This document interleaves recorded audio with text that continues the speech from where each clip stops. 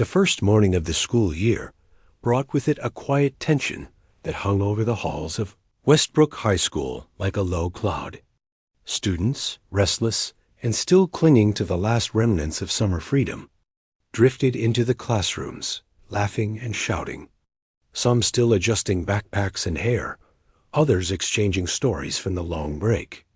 In room 210, the chatter hummed like electricity, loud and chaotic, carrying the unmistakable scent of teenage energy, fear, bravado, curiosity, and mischief all rolled into one. Elara Quinn stepped into the room carrying her worn leather satchel. Every inch of her posture suggested caution, but also contained a quiet confidence she wasn't ready to broadcast. She had chosen soft, professional clothing, a cream blouse and navy skirt, but it was plain enough to make her blend in, not stand out. Her hair was tied back loosely, allowing strands to frame her face, softening her appearance. To some, she may have seemed fragile, almost too gentle for the storm she was about to enter. And yet, beneath the surface, there was a steel she didn't advertise. The students' eyes immediately latched onto her like predators sizing up prey. Whispers started, small and almost imperceptible, but they quickly grew, fed by the curiosity of the crowd. At the center of it all, standing by the window with the casual dominance of someone who owned the room without permission, was Landon Pierce. His height gave him a natural advantage, but it was his swagger, the easy smirk that never left his face, and the way others deferred to him or feared him that made him a leader in a class known for chaos. Beside him, his loyal lieutenants, Cameron Reed and Toby Hall, mirrored his every move. Cameron's quickness and sharp tongue made him dangerous in a different way. He could wound with words almost as effectively as fists. Toby, bulkier and slower, was deceptively strong, and when he moved, it was with a purpose born of loyalty, not thought. Together, the three of them were a force, a storm ready to descend on anyone who dared challenge them. Elara's first task was simple attendance. A small thing routine, but in her mind, it was a way to start controlling the room without confrontation. She began to call names, her voice soft but steady. "Good morning, everyone," she began, pausing to make eye contact with as many students as she could without seeming invasive. "I'm Miss Quinn. I'll be your homeroom teacher this year. Let's start with attendance." Her words barely landed before a sharp, mocking laugh cut through the air. Landon leaned back in his chair, arms crossed, and let out a slow, exaggerated sigh. Cameron nudged Toby, and they all stifled their laughter. Their eyes were sharp, predatory, assessing her every micro-expression. Landon finally spoke, his voice carrying effortlessly over the murmur of the class. "New here, huh? Looks like we're going to have to show you how things work." Elira's hand froze slightly over the attendance sheet. She had anticipated challenges, disrespect, and defiance. But the audacity in his tone, the assumption of control, was raw, almost personal. She swallowed and forced her voice into calm. "I'm here to teach, not to fight," she said gently, meeting his gaze. Her tone wasn't pleading. It was measured, a quiet declaration of purpose. The class tittered, sensing an invisible tension. Whispers spread like wildfire, some nervous, some excited. Cameron and Toby exchanged quick glances, silently approving Landon's audacity, but Landon wasn't finished. He stood and stepped toward her desk, closing the distance deliberately. His movement was casual, almost lazy, but every inch was calculated to intimidate. Without warning, he grabbed her satchel, tugging at the strap with a grin that suggested he was about to win some petty battle. "Let it go," Elara said softly, her voice holding the same calm that had steadied her since. She stepped into the room. He didn't. Landon's hand moved to her blouse, grabbing roughly at the collar. The sound of ripping fabric was sharp, impossible to ignore. The room froze. Students' mouths hung open. Gasps and whispers filled the air. Ilara looked down at her torn blouse. It wasn't just a garment. This was an attempt to humiliate her publicly, to assert dominance through aggression. "Going to cry now, miss?" Landon taunted, smirking down at her dot. Her breath remained steady. She didn't flinch. She didn't scream. She didn't retreat. Instead, she felt the surge of her inner calm crystallize into action. Her muscles coiled with controlled power. She stepped forward, dot, in a single fluid motion. She caught Landon's wrist, twisted, and flipped him over her hip. The sound of him hitting the floor was solid, echoing through the classroom. His eyes widened in disbelief. Cameron lunged instinctively. Toby followed, but Ilara was faster, moving with a grace that seemed almost impossible. In two clean, practiced movements, both boys found themselves sprawled on the floor beside Landon. Silence fell. Ilara adjusted her blouse, now torn, and addressed the room, calm and collected. "I didn't come here to fight," she said. "I came to teach. But if anyone tries to hurt me, or anyone else in this room, I will defend myself and them." A girl in the back, her hands trembling slightly, started clapping. Then another, and another. Within moments, the applause swept through the room. It wasn't just for the physical victory. It was for the feeling of safety, of seeing someone stand with calm authority in the face of intimidation. Ilara knelt beside Landon, whose pride was bruised, but whose body still tensed, breathing heavy. Her voice was soft, deliberate, compassionate. "Landon, you're better than this. I know you are. But using fear to lead, it's not leadership. True strength is in protecting, not hurting. If you want to be strong, show strength by helping others." He didn't respond.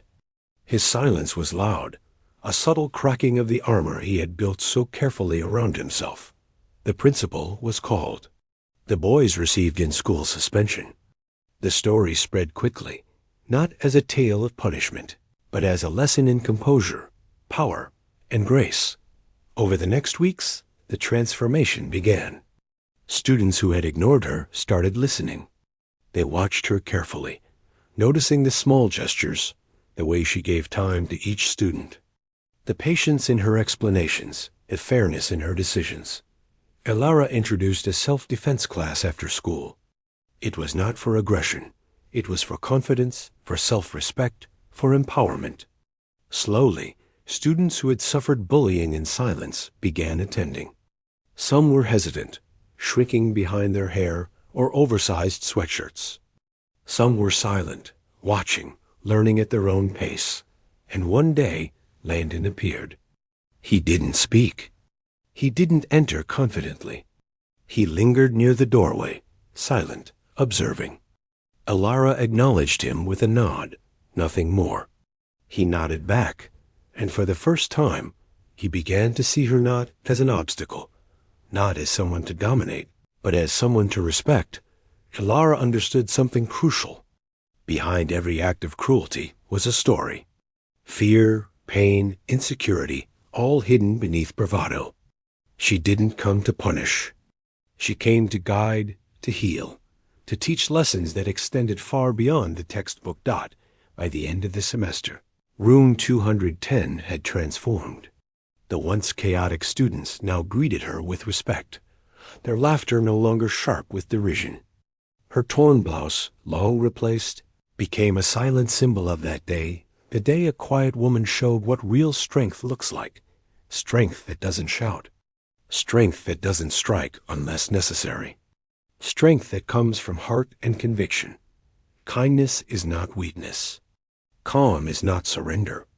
And sometimes, the strongest voice is the one that remains steady when everything else is falling apart. Ilara Quinn had not only survived her first challenge, she had reshaped an entire classroom, leaving a legacy that students would carry long after the desks were cleared and the school year ended. By the second week of school, Room 210 had settled into a rhythm, though not the kind one would call peaceful. The students were cautious, watching Elara Quinn with curiosity and suspicion. She, in turn, observed them with quiet attention, taking note of their gestures, their interactions, and the unspoken hierarchies that existed in every group of teenagers. Every glance, every whisper, every laugh held meaning if you looked closely enough. Elara's first few mornings had been exhausting in ways she hadn't anticipated. She would arrive early, organizing her lesson plans, reviewing the schools, disciplinary policies, and preparing herself mentally for the inevitable challenges. After her encounter with Landon, Cameron, and Toby, she knew the dynamics of this class required more than standard teaching techniques. Authority had to be earned, trust cultivated, and respect guided, not demanded. At home, she would sit at her small kitchen table, sipping tea as the evening sunlight faded. Her thoughts often wandered to the students, wondering what demons each one carried behind their bravado. Landon, for instance, was a mystery. His arrogance was like armor, shielding him from vulnerabilities he couldn't yet acknowledge. Cameron seemed like a shadow of Landon's influence, quick to react but hesitant to think independently. Toby, though strong, often followed without questioning, loyal to a fault. Hilara's mind also drifted to her own story, the reason she had chosen this profession. Growing up, she had learned early that appearances could be deceiving. Her own teachers, while skilled academically, had often been blind to the struggles of students like her. She had vowed to be different. She wanted students to feel seen, to feel heard, and to discover that strength and kindness were not mutually exclusive. Her first small victory came during a math lesson on linear equations. Landon, predictably, interrupted her with snide remarks about boring math and pointless work. But this time, Elara didn't confront him with force. Instead, she invited the class to participate in a problem-solving exercise. She assigned Landon and 2 other students to work as a team. At first, he resisted, rolling his eyes and muttering under his breath. But gradually, as they solved the problem together, a subtle change occurred. He realized that his peers could respect him for his abilities rather than fear him for his aggression. The shift was slow, almost imperceptible. Cameron began asking questions in class, though he still tried to mask it with jokes. Toby started helping other students with assignments, quietly and without fanfare. Even small gestures, the passing of a pencil, a whispered suggestion, began to replace the loud disruptions and mockery. After class, Elara stayed behind to tidy her desk and prepare for the next period. She noticed a young girl, Amara, lingering near the doorway. Amara was small and timid, often retreating to the shadows. She had been silent since the first day, observing quietly. Today, however, she approached Elara, her voice barely audible. "Miss Quinn, thank you," she whispered, "for standing up, for everything." Elara smiled gently, placing a reassuring hand on the girl's shoulder. "You don't need to thank me. You have your own strength, Amara. Sometimes it just needs a little space to grow." That brief encounter reminded Elara why she had chosen this path. Every student had potential, and sometimes all it took was someone willing to believe in them. A week later, she introduced the self-defense class. It was held in the old gymnasium, a space with worn wooden floors and faded lines from decades of basketball games. Students trickled in, hesitant and uncertain, unsure what to expect. Landon lingered near the doorway, arms crossed, a flicker of curiosity crossing his face. Cameron followed, slightly reluctant, and Toby, silent as always, joined quietly at the back. Elara began with warm-ups, explaining the purpose of each exercise, not for aggression, but for awareness, control, and confidence. She demonstrated simple techniques: how to maintain balance, how to break free from a grab, how to project one's voice to assert boundaries. The students practiced hesitantly at first, stumbling and laughing at their mistakes. Landon's movements were stiff, controlled, and calculated.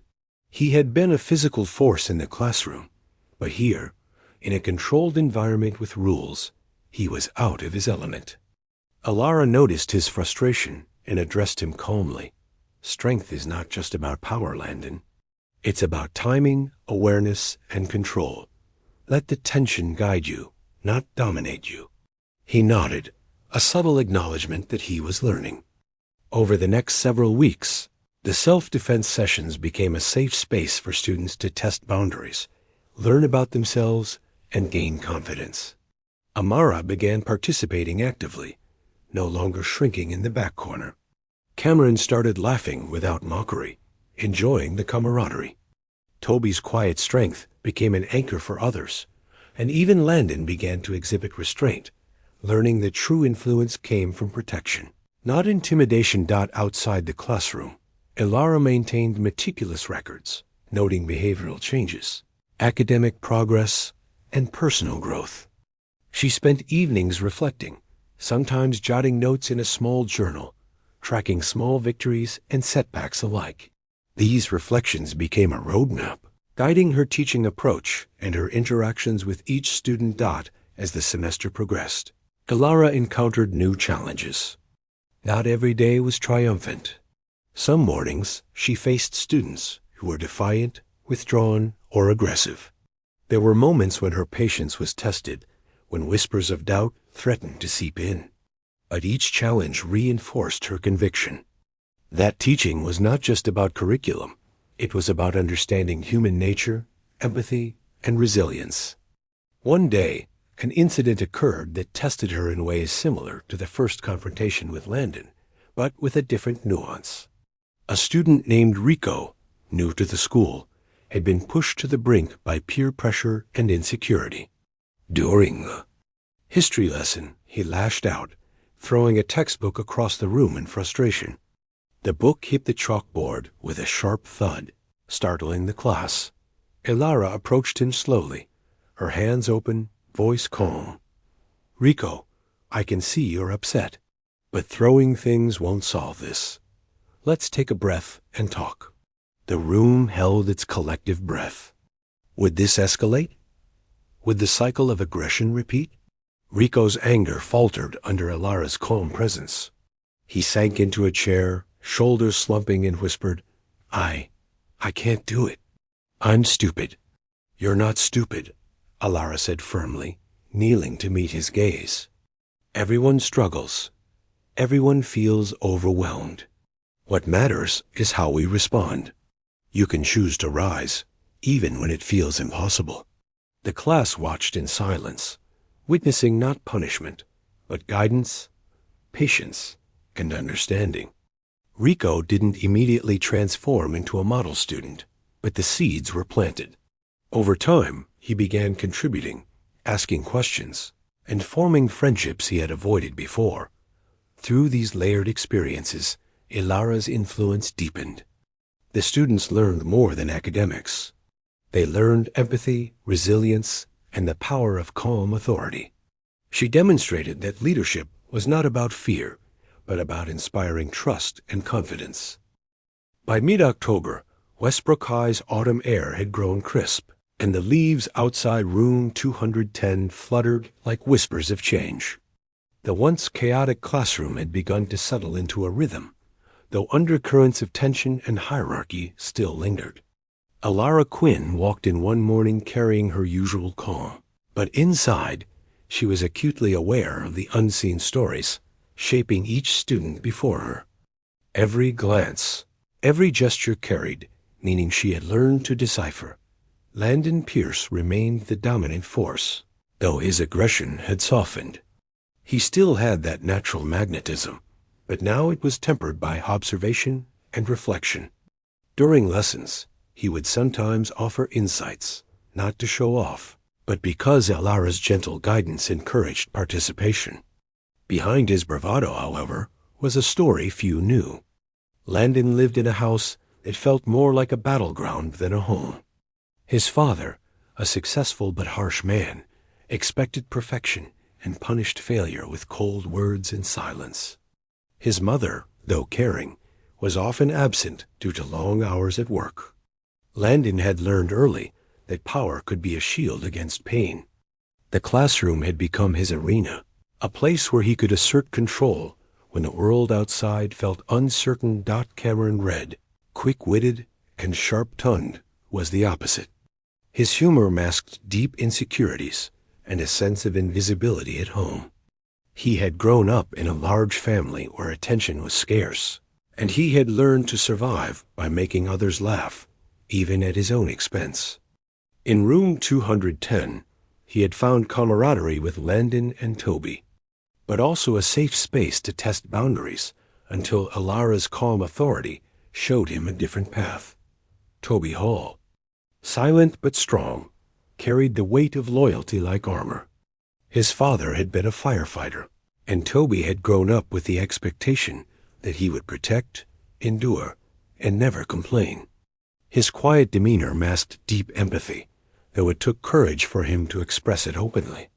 In the classroom, he often shadowed Landon, not out of fear, but because he understood the power of alliance.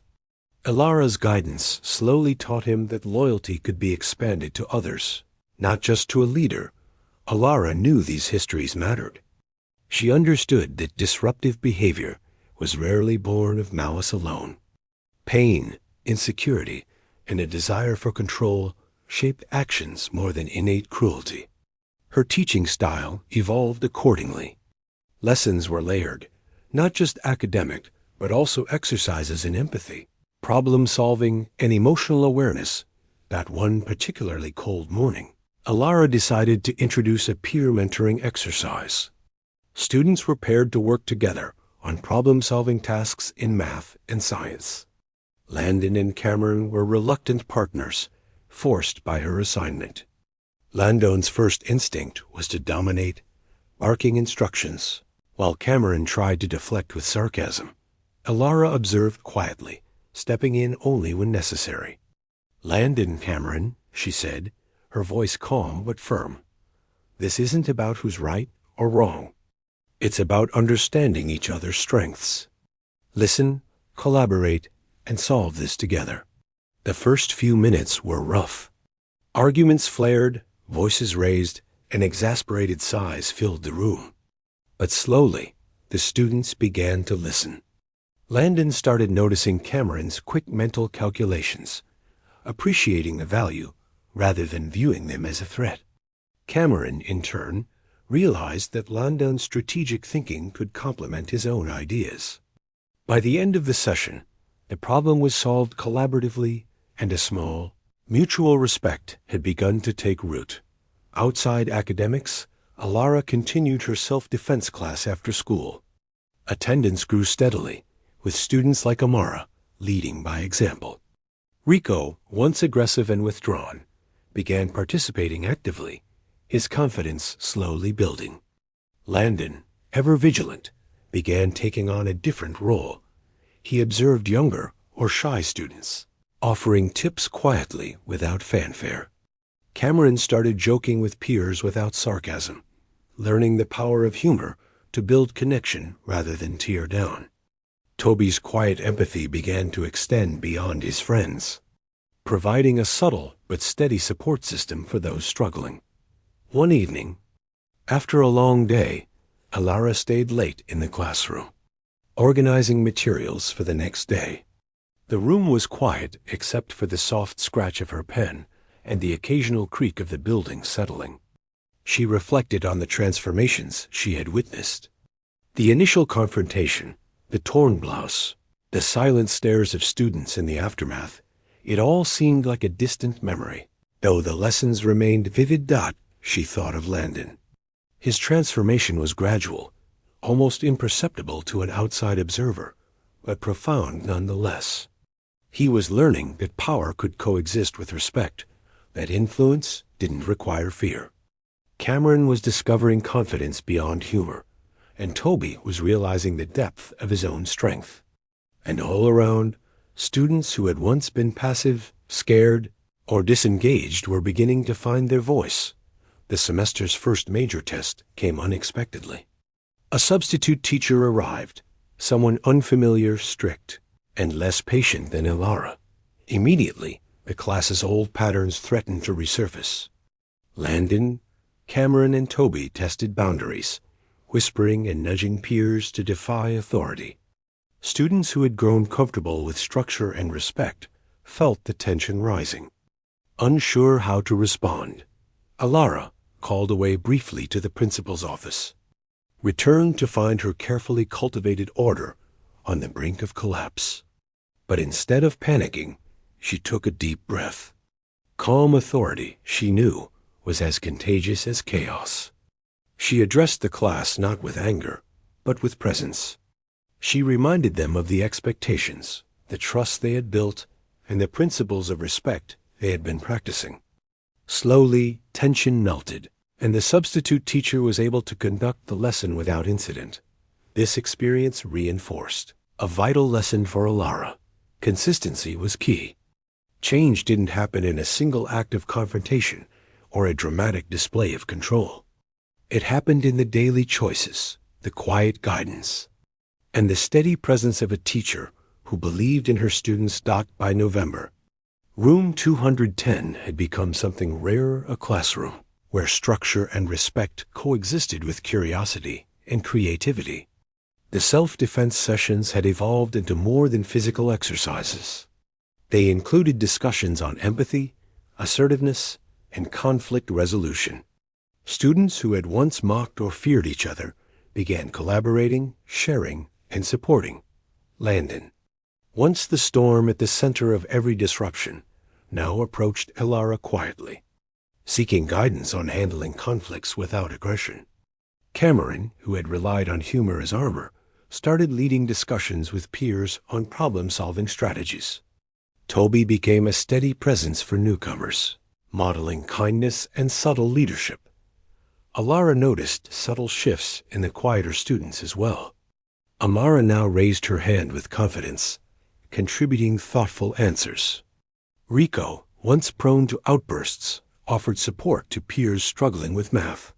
Even the students who had been disengaged began participating in discussions and activities. Slowly discovering that their voices mattered. It was a testament to the quiet power of patience, empathy, and consistency. Leadership, Ilara realized, was not about spectacle. It was about presence, understanding, and guiding others to discover their own strength. By late November, the chill in the air mirrored the growing maturity in room 210. The classroom, once chaotic and unpredictable, had begun to breathe with a rhythm of its own. Students arrived with a newfound awareness, curiosity tempered by respect. Ilara Quinn moved among them with quiet confidence, observing, guiding, and occasionally challenging in subtle ways that encouraged growth. One Monday morning, a major challenge presented itself, an academic project that required not just individual effort, but collective collaboration. Ilara announced a group assignment that would count toward their final grades for the semester. The groups were carefully arranged, mixing students with contrasting personalities and skill sets. Landon was paired with Cameron and Rico. Toby was grouped with Amara and two other quieter students. Immediately, tension crackled in the air. Landon bristled at the idea of working with Rico, whose inexperience and hesitancy could slow him down. Cameron muttered under his breath, clearly uncomfortable with the unpredictability of the group. Toby's group seemed calm, but Ilara knew that underlying anxieties could surface under pressure. Remember, she said, looking at the entire class, this is not just about completing a project. It's about communication, teamwork, and learning to value each other's contributions. If you can do this well, you'll gain skills far beyond the curriculum. The first few days were rough. Arguments flared over trivial decisions. Tasks were duplicated, and progress lagged. Landon's impatience bubbled up. He wanted to take control, to direct every step, but he found himself facing resistance. Cameron's sharp observations, Rico's tentative but earnest suggestions, and the need to negotiate rather than command. Ilara observed silently, stepping in only when conflicts escalated. She reminded Landon quietly, leadership is not about being in charge. It's about bringing out the best in others. Listen first, guide second. Something shifted. Slowly, Landon began to consider Cameron's perspective. He learned to pause before responding, to weigh Rico's suggestions with respect rather than dismissal. Cameron, in turn, began to appreciate Landon's strategic thinking. Rico, inspired by the trust shown, contributed ideas more confidently. By the third day, the group's dynamics had transformed. They were not perfect, but they were learning collaboration, patience, and the power of mutual respect. Toby's group faced different challenges. Amara struggled with public speaking, while the other quiet students hesitated to voice opinions. Toby's natural empathy and calm demeanor became the glue that held the group together. He encouraged Amara gently, prompted the shy students to speak, and assured every voice was acknowledged. Under his quiet guidance, they created a project that was both thorough and creative, their combined efforts surpassing expectations. Outside academics, the self-defense sessions continued to flourish. The gym echoed with the sounds of students practicing techniques, giving feedback, and encouraging one another. Landon's presence had shifted dramatically. No longer a storm at the center, he now acted as a subtle mentor, offering tips and demonstrating restraint. Cameron began helping peers refine techniques with humor that uplifted rather than undermined.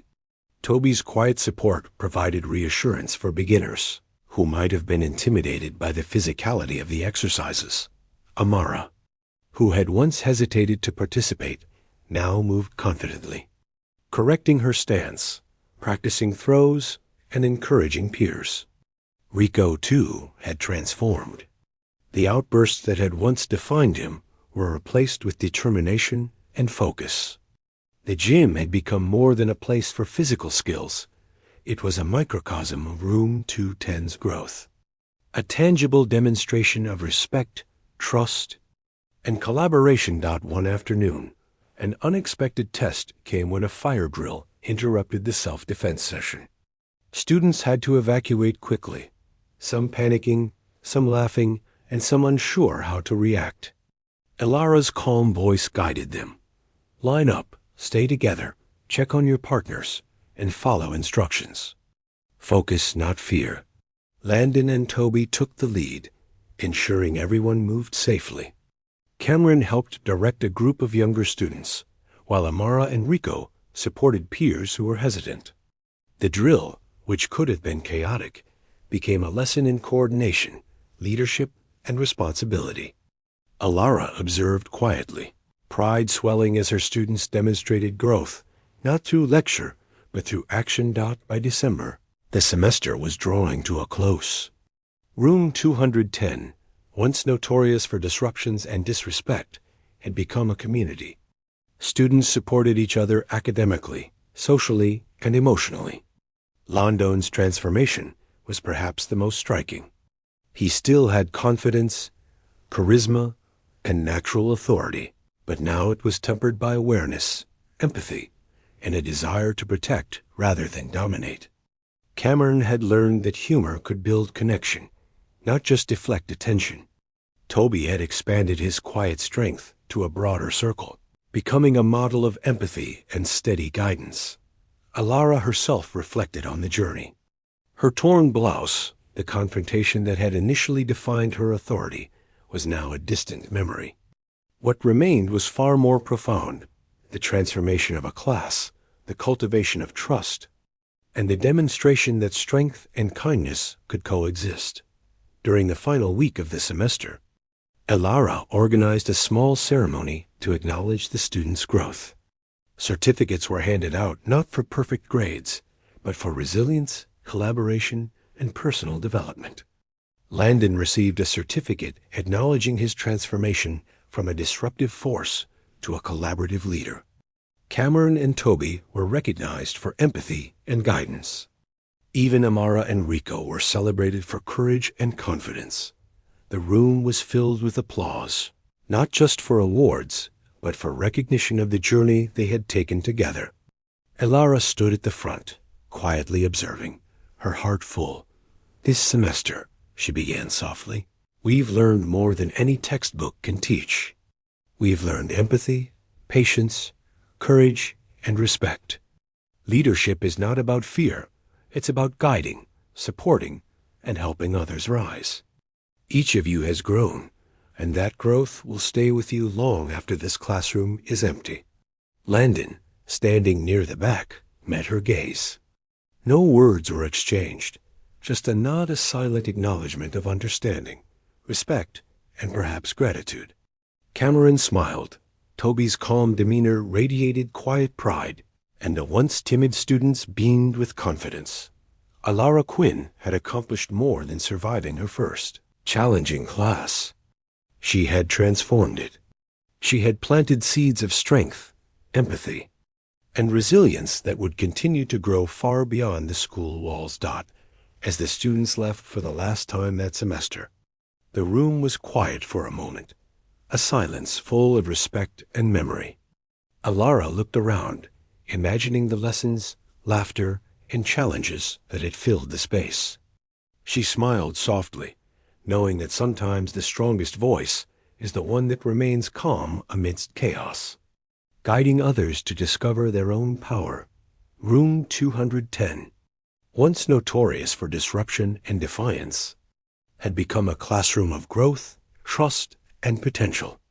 And at the heart of it was a teacher who believed in them, not through fear, not through force, but through patience, empathy, and unwavering resolve. The torn blouse had long been replaced, but the story of that first confrontation remained a symbol, a reminder that true strength is quiet, compassionate, and courageous.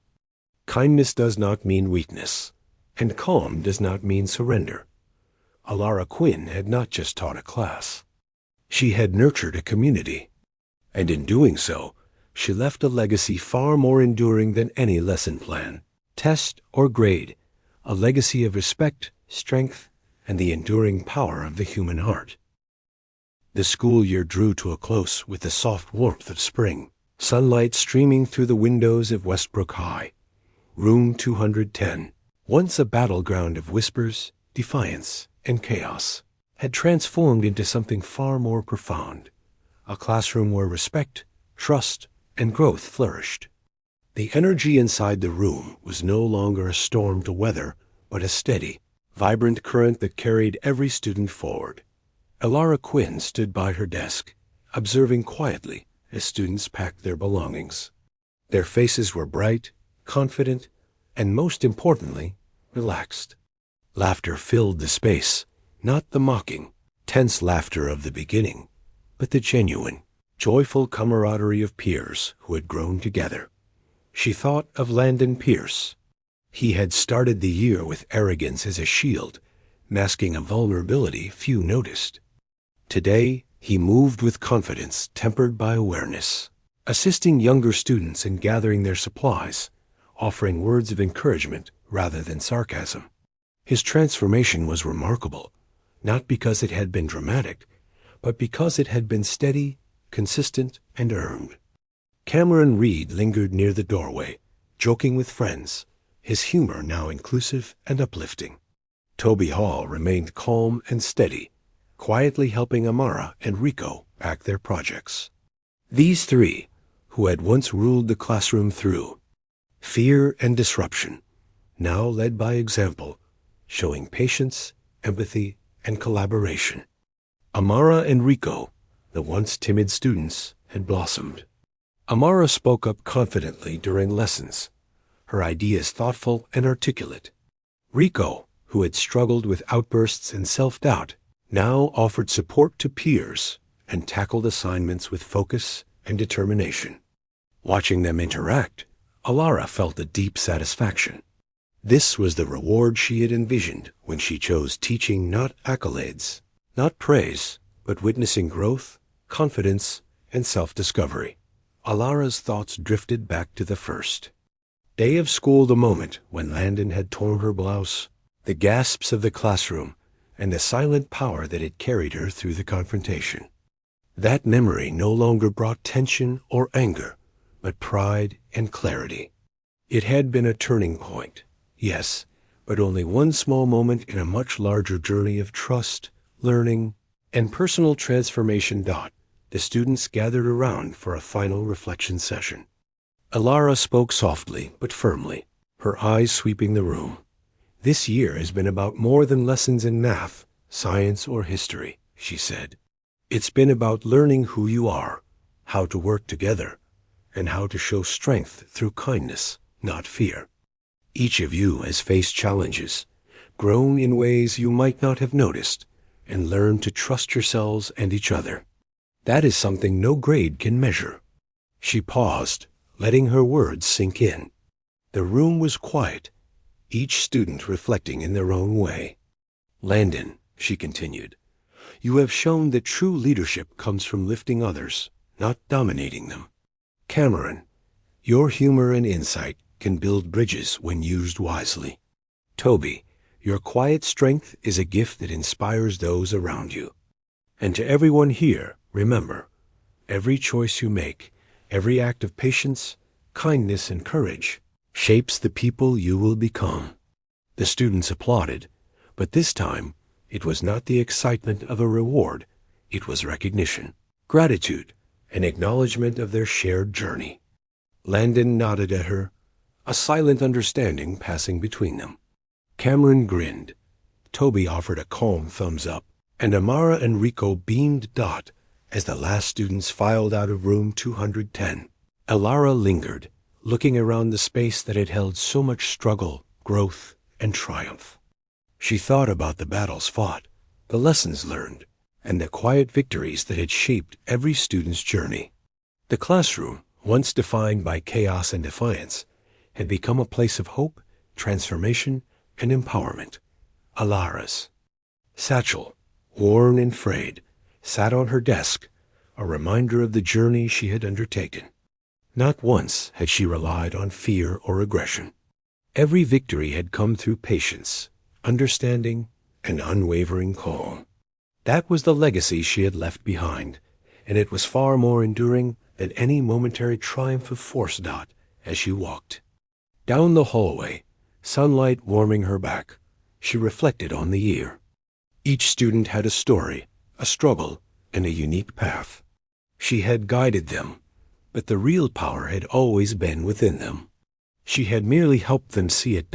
In her heart, Alara knew that teaching was never just about knowledge. It was about nurturing growth, guiding potential, and shaping character.